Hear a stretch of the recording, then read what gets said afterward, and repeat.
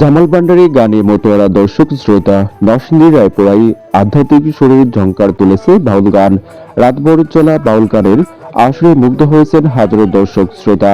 গতকাল বুধবার রাতভর উপজেলার পূর্ব হরিপুর চৌরাস্তা মোড়ে আয়োজিত আধ্যাত্মিক বাউল গানের আসরে সুরে সুরে পুরো স্থান জুড়ে তৈরি হয় মুগ্ধতার আবহ।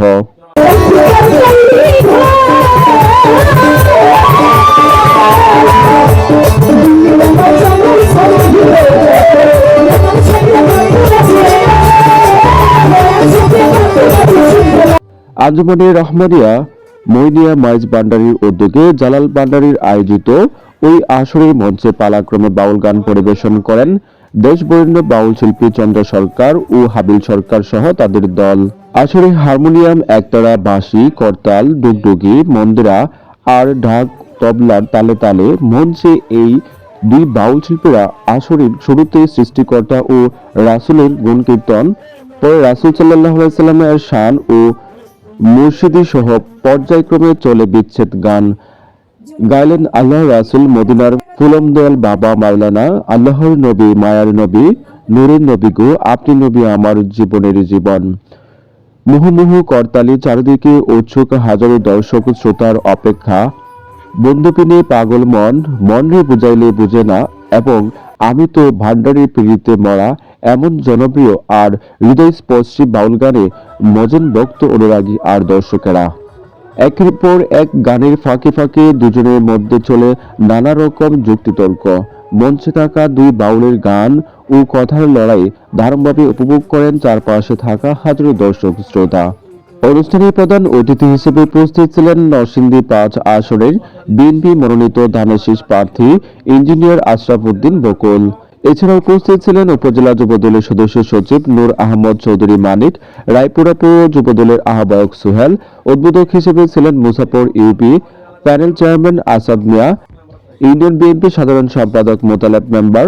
আরও উপস্থিত ছিলেন উপজেলা যুবদলের সদস্য সেলিম মোল্লা, ইউনিয়ন যুবদলের যুগ্ম সাধারণ সম্পাদক জাহাঙ্গীর আলম কালা জাহাঙ্গীর, সাবেক ইউনিয়ন যুবদল নেতা হালিম আজাদ হেলিম এবং ইউনিয়ন বিএনপি প্রচার সম্পাদক লিটন মিয়া সহ প্রমুখ। স্থানীয়দের ভাষ্য, শীতের রাতে এমন বাউল গানের আয়োজন তাদের মনকে উষ্ণ করেছে। অনুষ্ঠান জুড়ে ছিল শান্ত, নিরাপদ ও উৎসবমুখর পরিবেশ। তাদের ডাকে আমি না এসে পারি না। কিছুদিন আগে একটা প্রোগ্রাম হয়েছিল, সেখানে এসেছিলাম।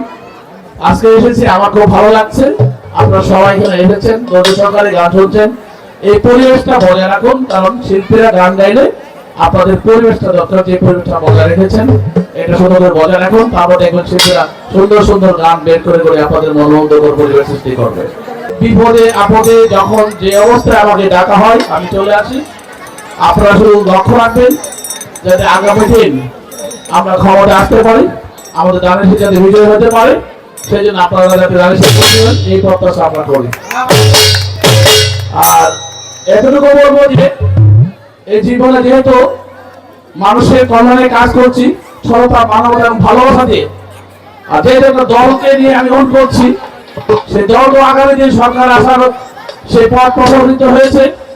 আমি আশা করবো যে আগামী দিন আমরা অবশ্যই আপনাদের কল্যাণে, এই এলাকার কল্যাণে, এলাকার মানুষের উন্নয়নে আমরা আমাদের জীবনের সবটুকু দিয়ে হলো আপনাদেরকে খুশি করার চেষ্টা করবো অবশ্যই ইনশাআল্লাহ। আমরা শহীদ জিয়া রহমানের আদর্শে বিশ্বাসী।